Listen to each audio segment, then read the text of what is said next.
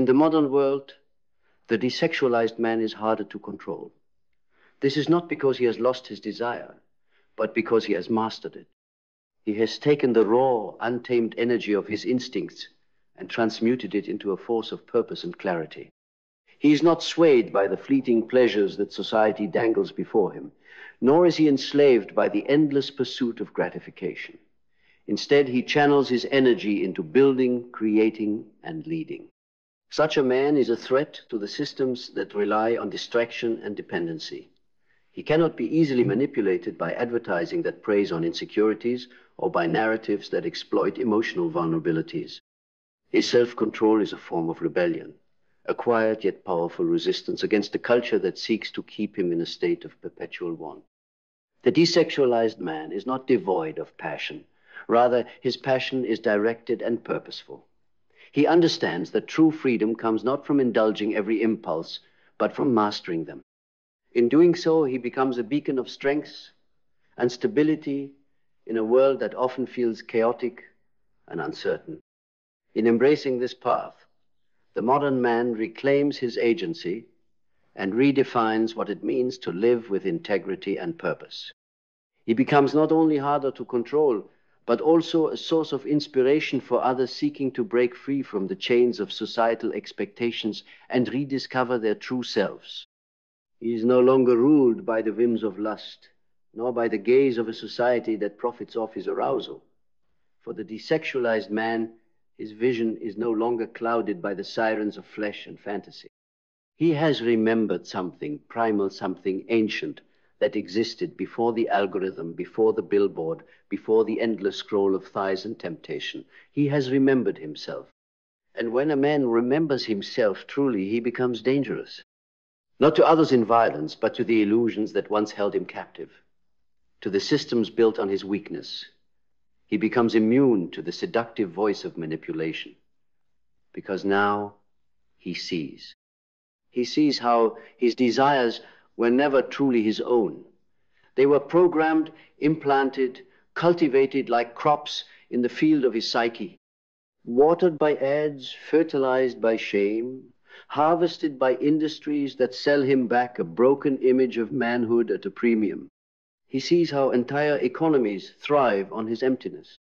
Because when a man is hungry for intimacy but starved of self-worth, he will buy anything. He will chase anyone. He will kneel to everything. But when he awakens from this dream, when he no longer hungers the way they've taught him to, he doesn't become cold. He becomes sovereign. And sovereignty cannot be sold. There is a terrifying calm in such a man. He walks differently, not arrogantly, but with a stillness that unsettles those addicted to noise. He no longer needs to prove his masculinity by conquest or chaos. He no longer validates himself by how many women look his way.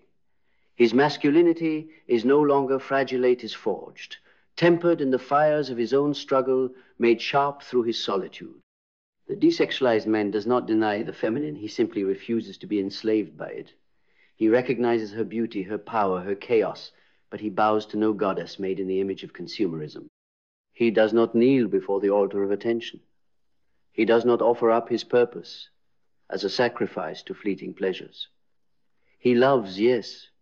He feels deeply, but he chooses from clarity, not craving, because craving is the language of control. And those who crave are easy to guide like cattle through narrow gates.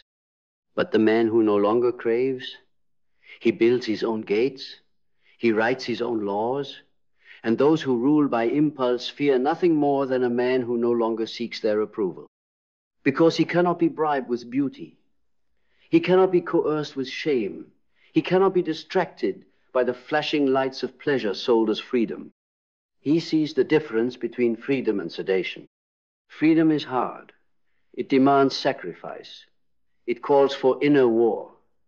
But sedation, that's easy. Just keep scrolling, keep swiping, keep numbing the ache with likes and lust and the illusion of connection. But the desexualized man has turned off the feed. He's faced the ache. He's walked into the silence that most men avoid, and in that silence, he met his soul.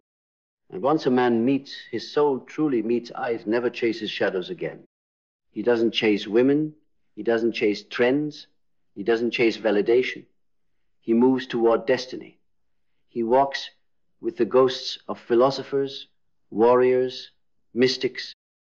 He hears the voice of Jung echoing in his chest, who looks outside, dreams, who looks inside, awakes. He has awoken. He is no longer the boy hypnotized by curves and compliments.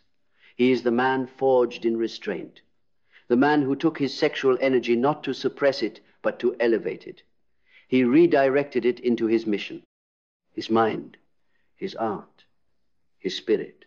He became dangerous not to others, but to the lies that once ruled him. The desexualized man is not lifeless. He is not monk-like in numbness. He is vivid, alive.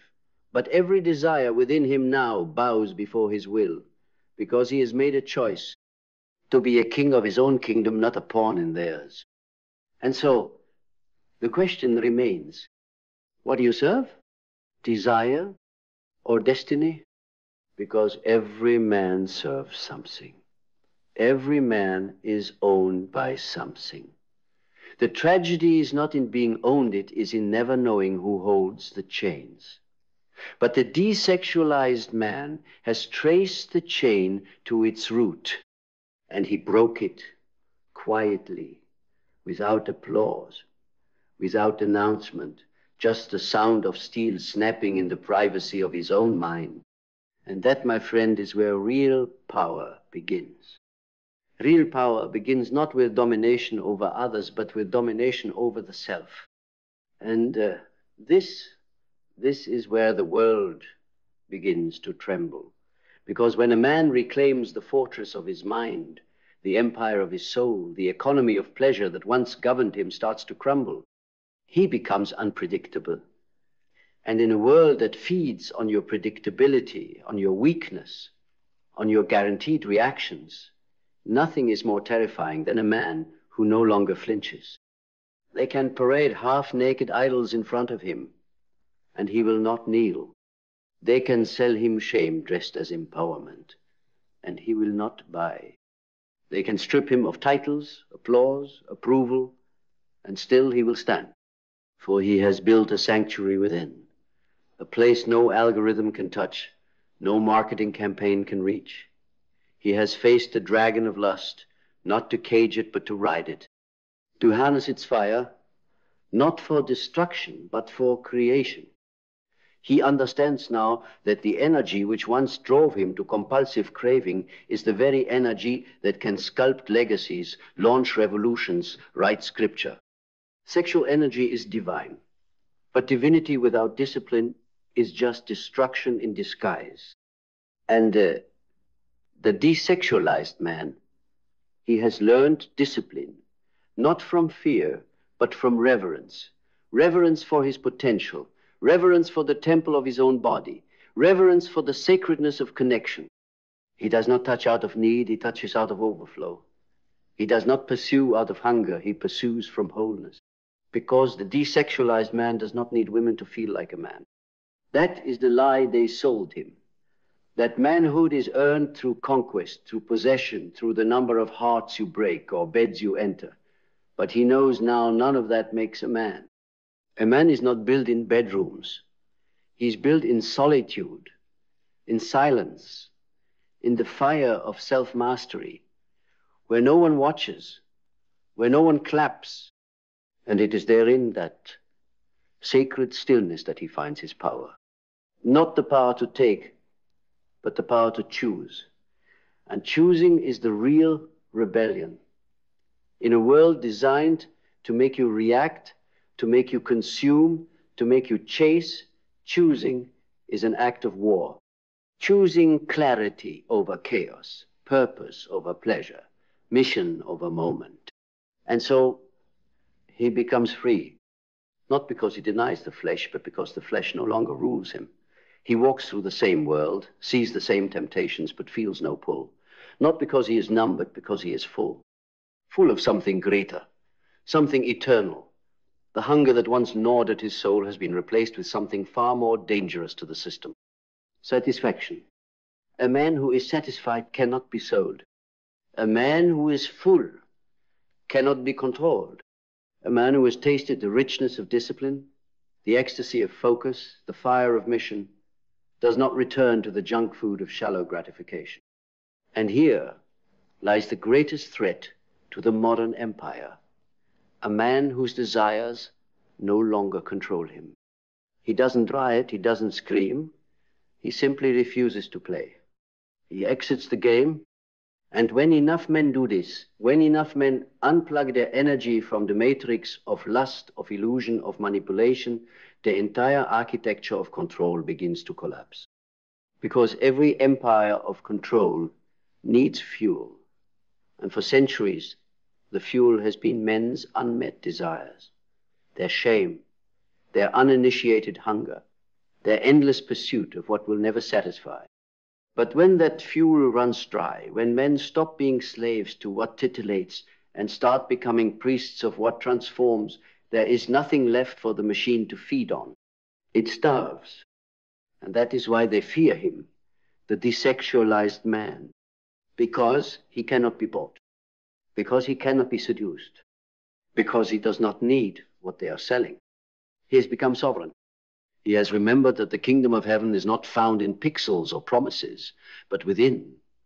And having reclaimed that inner throne, he now walks not as a beggar, but as a builder, not as a chaser, but as a creator, not as a consumer, but as a king. And kings, true kings, cannot be controlled. Kings cannot be controlled because their compass points inward, not outward. They do not wait for permission. They do not seek consensus. They are not driven by the applause of the crowd or the warmth of temporary companionship. Their decisions are carved from the granite of inner truth. Their boundaries are not negotiable. Their time is sacred, and their energy guarded like a temple.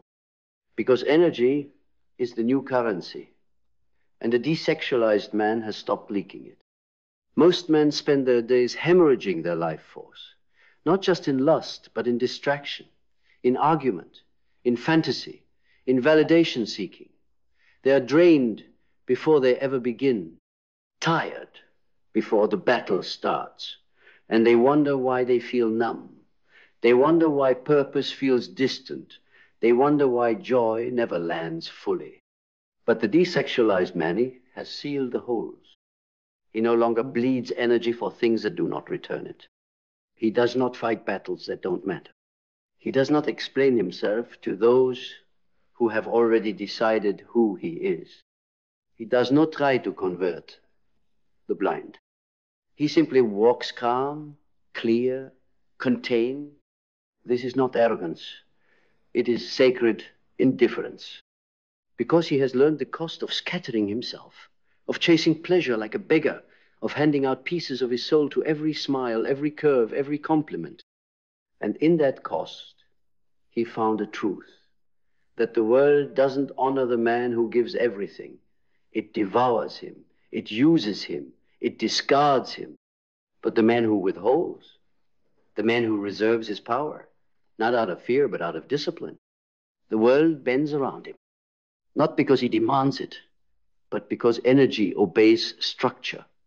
And he has become a structure, a fortress, a pillar of quiet gravity. And others feel it, whether they understand it or not. His presence speaks before he does, because it is not lust that walks into the room with him. It is purpose. Purpose, like fire, cannot be faked. And when a man is lit from within, when his energy is no longer entangled in fantasy and approval, he doesn't need to talk about his power. He simply is, like a mountain, like a storm on the horizon, like still water hiding great depths. He sees now that his energy was never meant to be spent in chasing the validation of others. It was meant to build the inner kingdom, to master the self, to refine the will, and only then to share selectively, intentionally, sovereignly. He is not closed off. He is simply not available for what cheapens him. He honors the feminine, but he does not bow to it. He honors beauty, but he is not possessed by it. He honors connection, but not at the cost of his clarity. He understands now that love without boundaries is not love. It is collapse. And so he stands, not in isolation, but in integration, whole, full, awake.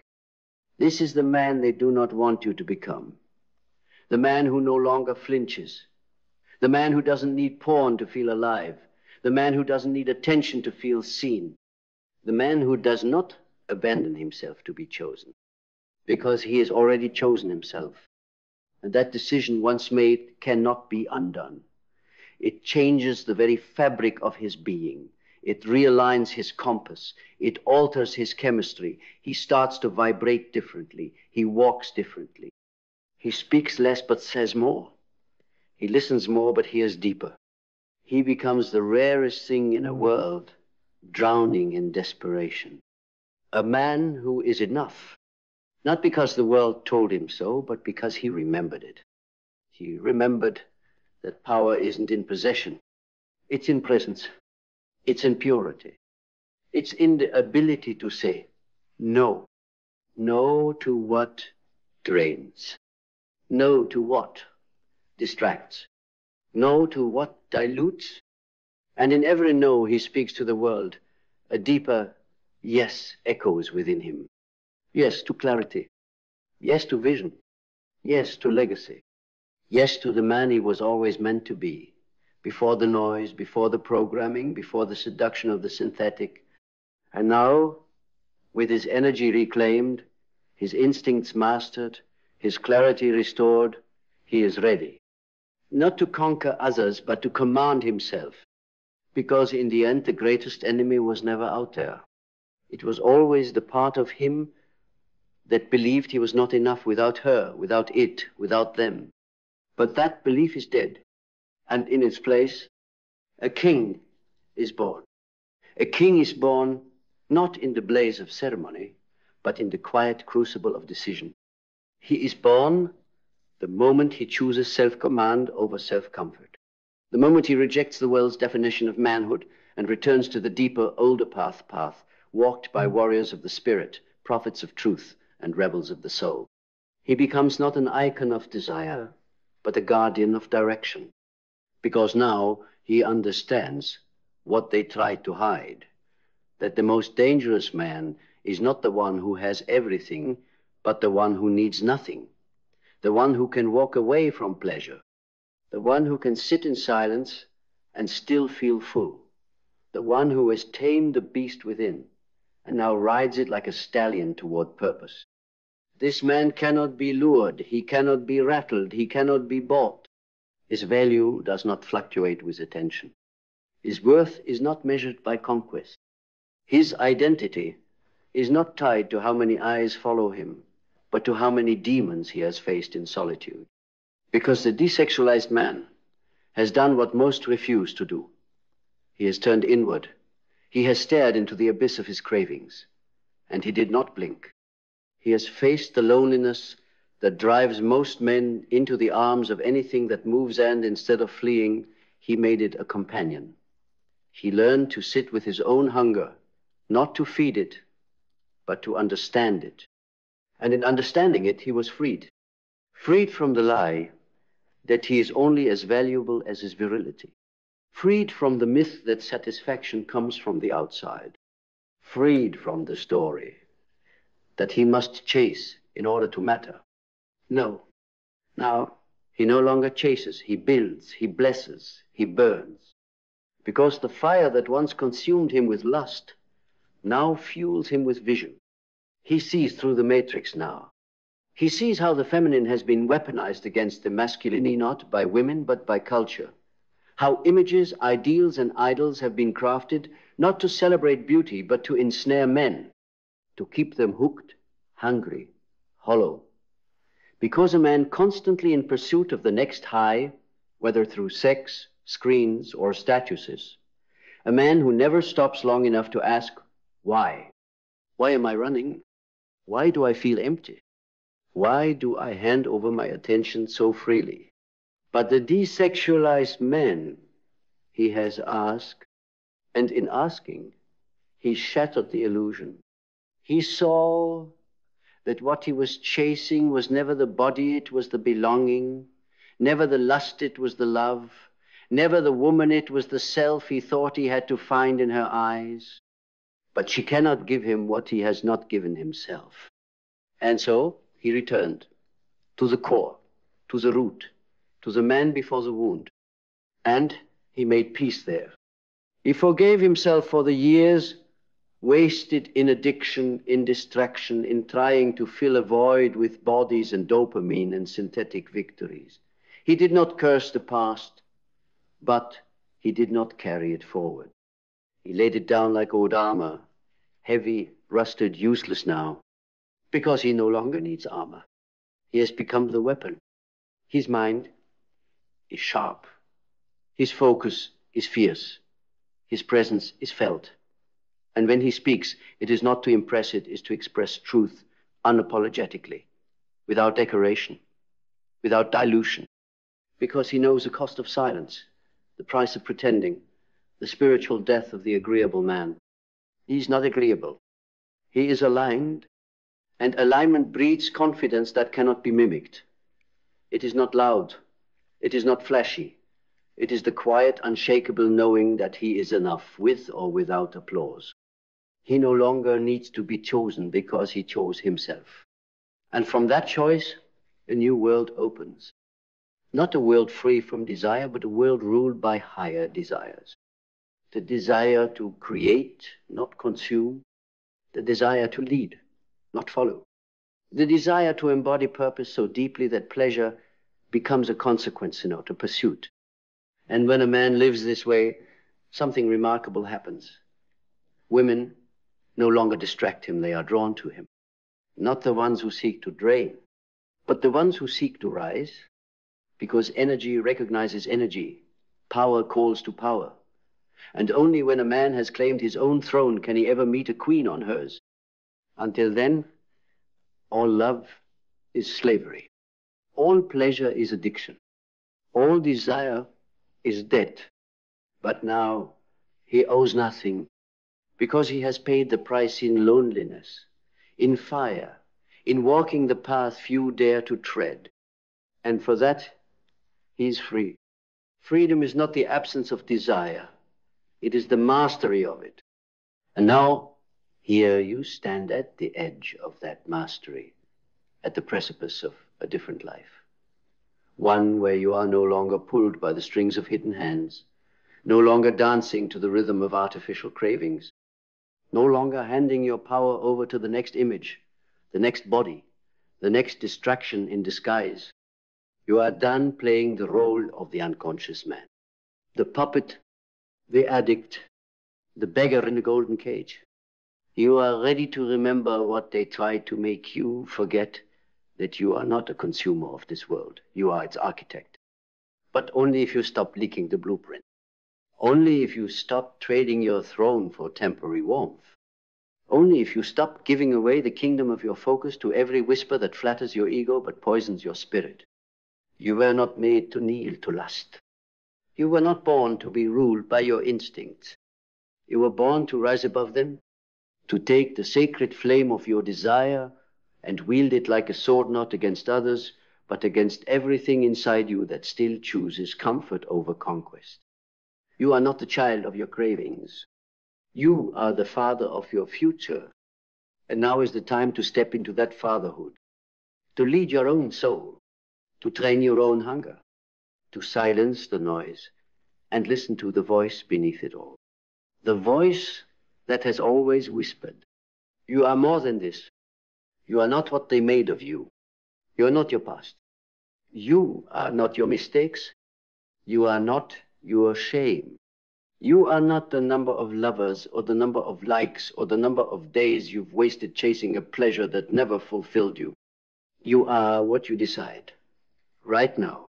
And if you decide to stop chasing, if you decide to stop surrendering your energy to anything that does not build you, if you decide to walk away from the synthetic seductions of a culture that fears your awakening, Then you are no longer a man who watches from the sidelines. You are the man who returns to the throne. And once a man has tasted sovereignty, he will never trade it for slavery again. So let the world keep selling. Let them keep marketing the illusion. Let them keep shouting that you are not enough unless you prove it with conquest and submission. Let them talk, because you are done talking. You are building, you are remembering, you are rising. And no algorithm, no trend, no body, no gaze, no voice can take that from you again.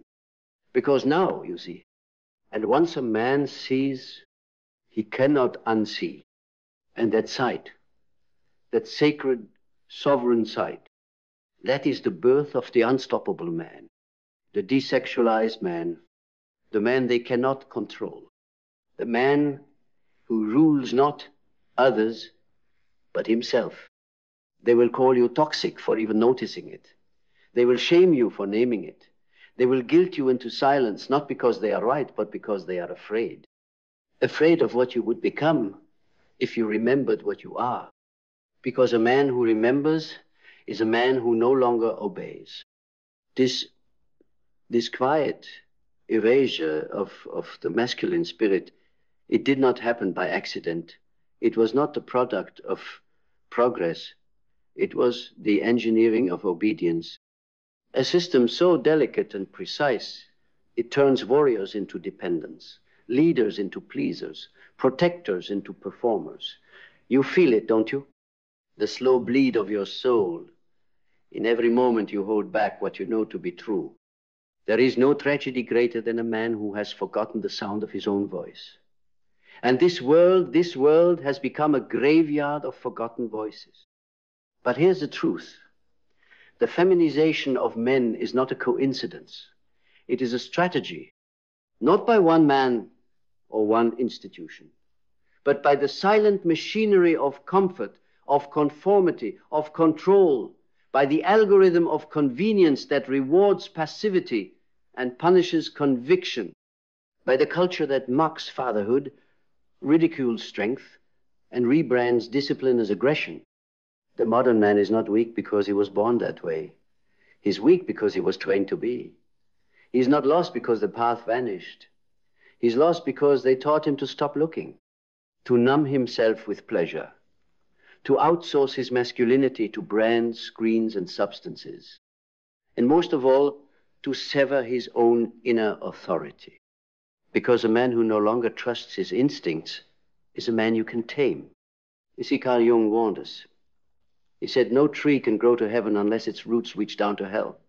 But they clipped the roots of men. They taught us to fear the dark, to fear anger, to fear our shadows. And in that fear, they made us manageable. But let me ask you something deeper. What is masculinity without danger? What is masculinity without the capacity for wrath? It is nothing but an empty shell, a suit without a soul. They want the lion's body with the lamb's mind. The power of manhood stripped of its sovereignty. And so they engineered guilt, not for doing wrong, but for simply being male. You're not just up against your own flaws. You are up against a cultural hypnosis, a spell that convinces you to apologize for your presence, to shrink your frame, to dull your edge. They have redefined masculinity not as noble strength, but as a pathology. And in doing so, they have robbed millions of men of their natural birthright, their fire. This fire is not toxic, it is holy. It is the fire that built civilizations, that protected tribes, that stood unshaken in the face of chaos, that lifted families, created order, and defended the sacred. But when that fire is condemned, when it is medicated, mocked, and buried under layers of political guilt, what remains? A man with fire still inside him, but no map to reach it. Let's tear that map out of the fire. Let's go back, not to tradition for tradition's sake, but to origin, to that primal core within you that knows what it means to stand, to speak, to fight, not for dominance, but for truth. Because masculinity is not about control. It's about command, not of others, of self. A man in command of his impulses, his direction, his destiny, that man is a threat, not to society, but to the systems that profit off his confusion. Understand this. The feminization of men was never about women. It was about power. It was about erasing the polarity of nature so thoroughly that neither man nor woman could recognize themselves anymore. So that all of us would become malleable, marketable, medicated. Because a man with no identity is a consumer with unlimited hunger. Look around. Everything is engineered to weaken you, not by force, but by sedation. Porn to drain you, sugar to dull you, scrolling to numb you, bureaucracy to break you, medication to silence you, and ideology to shame you into passive compliance. And then they ask, where have all the real men gone? They're buried under layers of psychological anesthesia, drugged by dopamine and drowned in doubt. But here's the sacred truth: you are not extinct. You are dormant. And it is time to awaken. You will not awaken through comfort. You will awaken through confrontation, not with others, with yourself, with the parts of you you've been taught to hide, the parts that rage, that lust, that dream, that desire to build, to hunt, to protect. These are not the enemy, these are the engine. You must reclaim your shadow, as Jung said, for it is in your shadow that your power sleeps. It is not your polished, perfect self that will liberate you. It is your raw, unrefined self, the beast who remembers. Every man must go to the underworld of his own psyche. He must face the demons that shame built, the guilt of masculinity, the resentment of being unwanted, the humiliation of being invisible. You are not weak because you feel those things.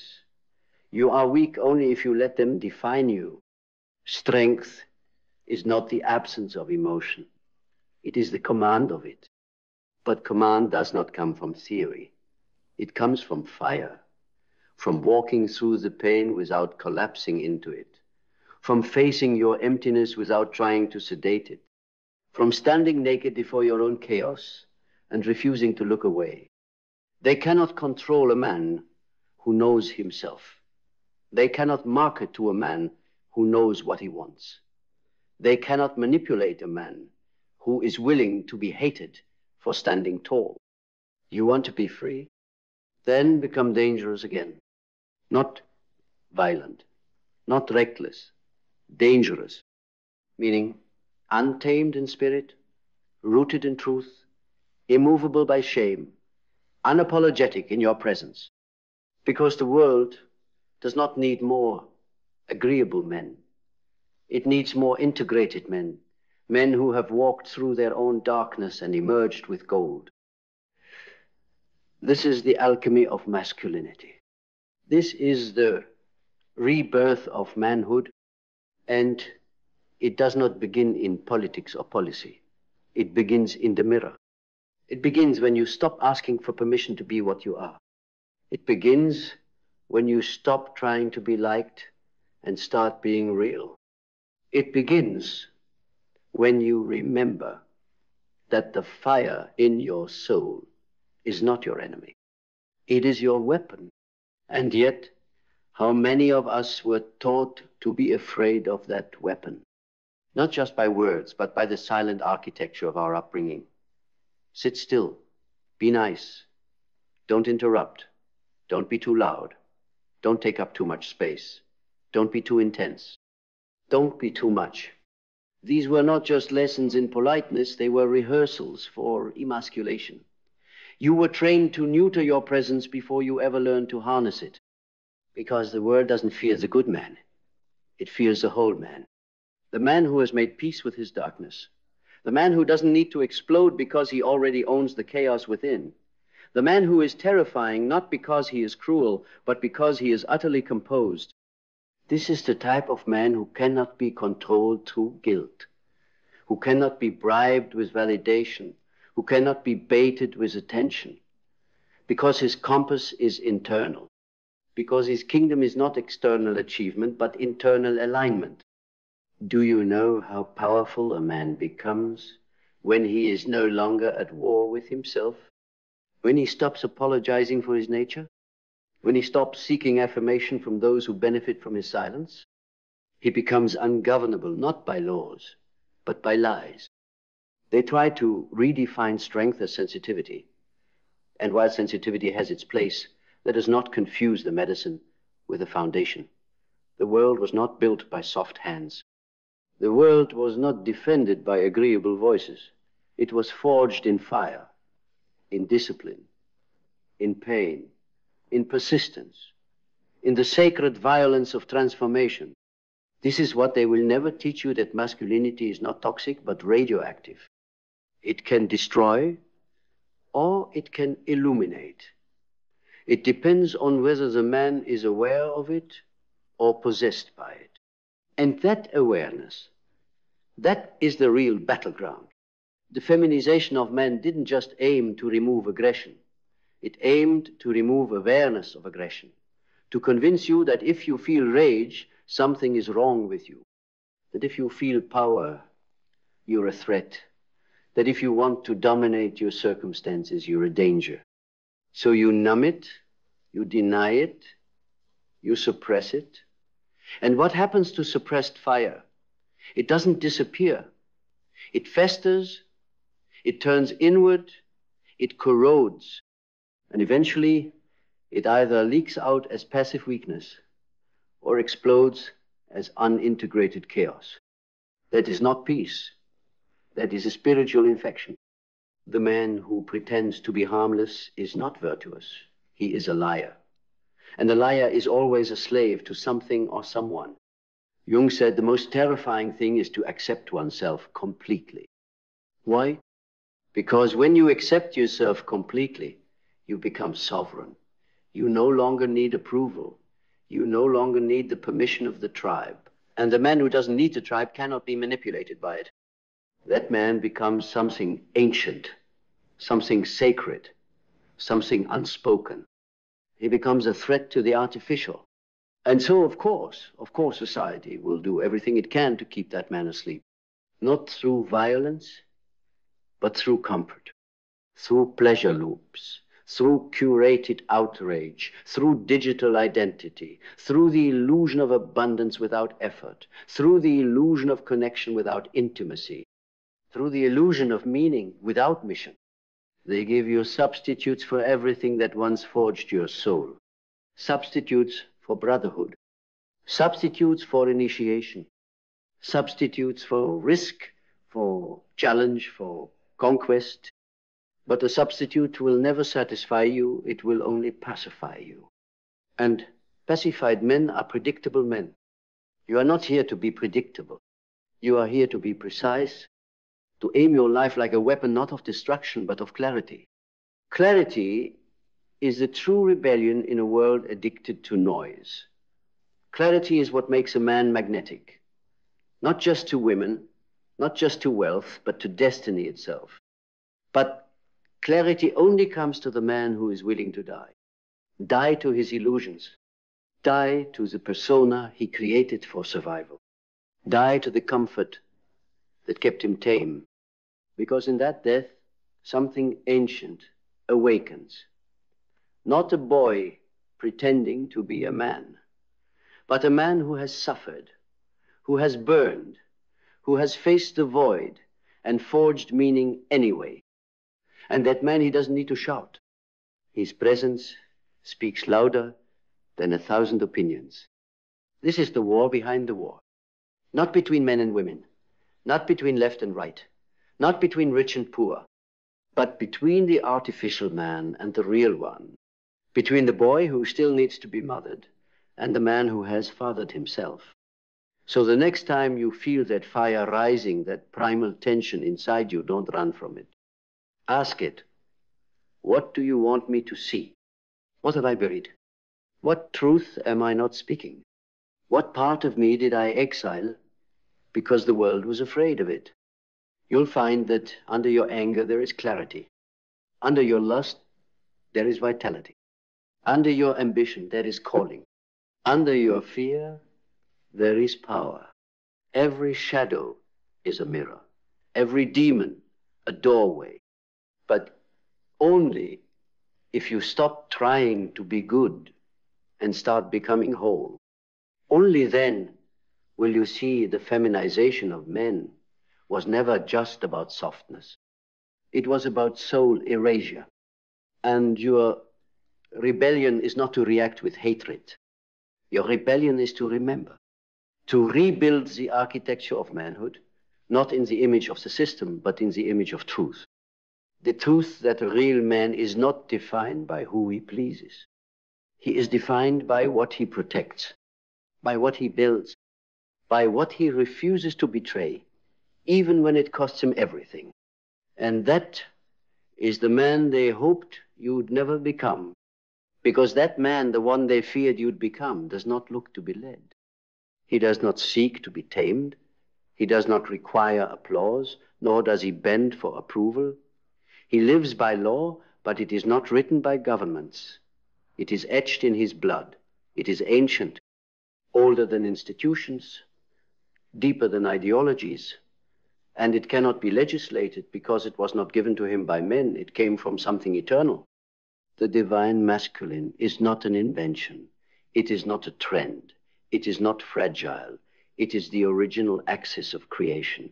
Without it, civilizations fall. Without it, women suffer. Without it, children wander fatherless into the arms of the state.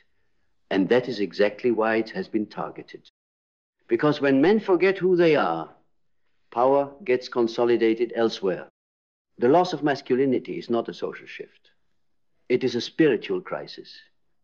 It is the slow starvation of meaning, the erosion of myth, the sterilization of instinct. And in its place, we are offered simulations, boys raised by screens, men raised by mothers who never healed, warriors raised in classrooms where aggression is punished but compliance is praised. And so the man grows up believing that peace means passivity, that love means self-erasure, that respect means obedience. But all of that is a lie, a beautiful, seductive lie designed to keep the fire buried under blankets of guilt. Because when a man truly awakens, when he reclaims his capacity for sacred aggression, for fierce love, for anchored presence, he becomes a lighthouse in a world addicted to fog. He doesn't chase approval because his self-worth is not negotiable. He doesn't fear rejection because he is rooted in something deeper than popularity. He doesn't beg for power. He embodies it. And power embodied is the most dangerous thing in the world to those who govern through confusion. So they will try to shame him. They will call him controlling.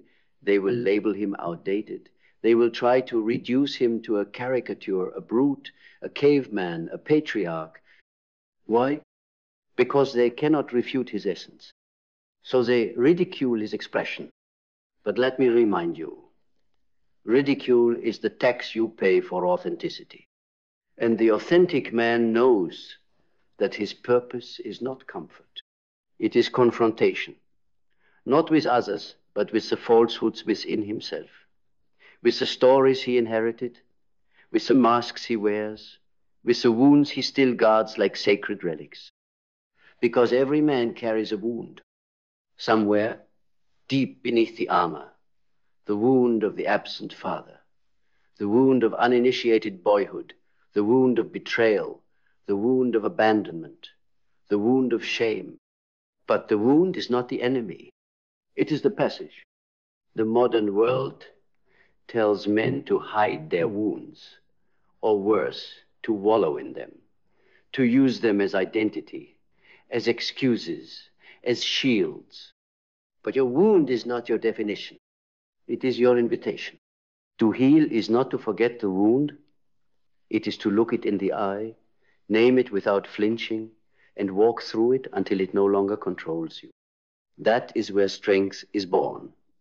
in the fire of honesty, in the furnace of pain, in the crucible where the boy dies and the man emerges, not as a perfect being, but as a sovereign one.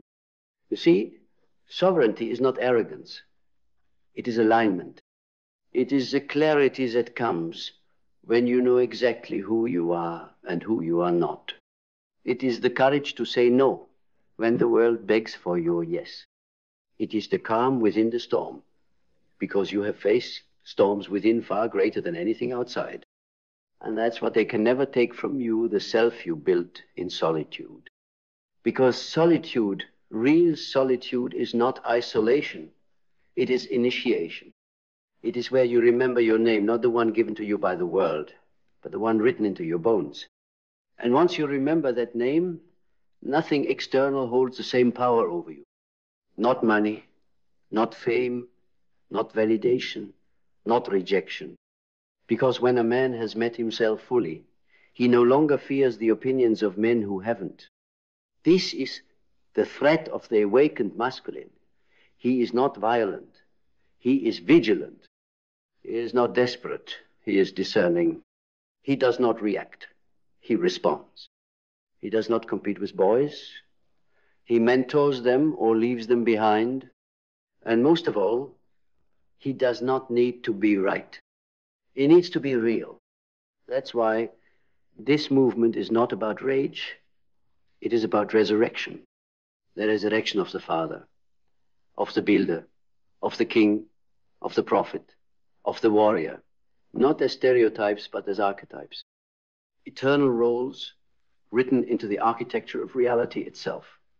Roles that no ideology can erase. Roles that no technology can replace. Because even in the most digitized, sterile, genderless future, humanity will still long for the Father's blessing, for the Elder's guidance, for the man who walks with fire in his eyes and stillness in his hands. And that man is forged, not found. Forged in silence, forged in discipline, forged in the sacred solitude, where the truth of who you are finally drowns out the noise of who you were told to be. That is your calling, not to become someone else, but to remember who you are beneath the programming, and to stand tall, silent, and utterly unapologetic in that remembrance. So now the fire stands before you. Not a metaphor, not an idea, but a choice. You can walk past it, back into the numbness, back into the fog, back into the applause of a world that wants you silent, soft, and half alive. Or you can step into it. Let it burn away the falseness. Let it incinerate the self that was never yours. Let it devour the layers of politeness you mistook for peace. Let it turn the guilt to ash. Let it melt the mask. Let it sear into you the truth that you were never meant to be tamed. You were meant to be tempered, tempered like steel in the fires of suffering, purpose, and sacred wrath. You were meant to protect, to build, to guide, not from ego, but from essence. And if you feel the tremble in your chest right now, that's not fear. That's remembrance. The soul doesn't tremble when it's afraid. It trembles when it's waking up. Because somewhere in you, the lion has stirred. The king has blinked his eyes open, and the time for apology is over. You don't need permission to become whole again. You don't need their labels, their praise, or their protection. Because deep down, you know, this life, this brief, brutal, beautiful life is not a rehearsal. You don't get another round to figure it out. This is it. And if you walk away from the call now, it will haunt you. Not in nightmares, but in quiet moments. In the silence after a lie. In the ache of a life unlived. In the shame of a purpose untouched. But if you rise, if you stand today, even shaking, and say no more, then everything changes. Because one awakened man changes everything. He shifts the dynamic in every room he enters. He recalibrates the behavior of those around him. He sets a new standard, not with words, but with being. He becomes the axis around which others begin to remember themselves. And that is how the world is changed. Not by mass movements, but by men who reclaim their fire, men who do not flinch when the world tries to shame them for being men, men who carry the weight of their strength with honor, men who don't need to dominate because they've mastered self-command, men who rise without rage and roar without noise. You were born for this moment, this awakening, this sacred rebellion against the great forgetting. You are not here to be nice. You are here to be noble. You are not here to seek comfort. You are here to forge character. You are not here to fit in. You are here to resurrect the real. So stand up right now, in your spirit, in your breath, in your spine. Let the system see you. Let the lie feel your presence. And let the world remember. The masculine is not dead. It was only sleeping. And now the lion has awoken.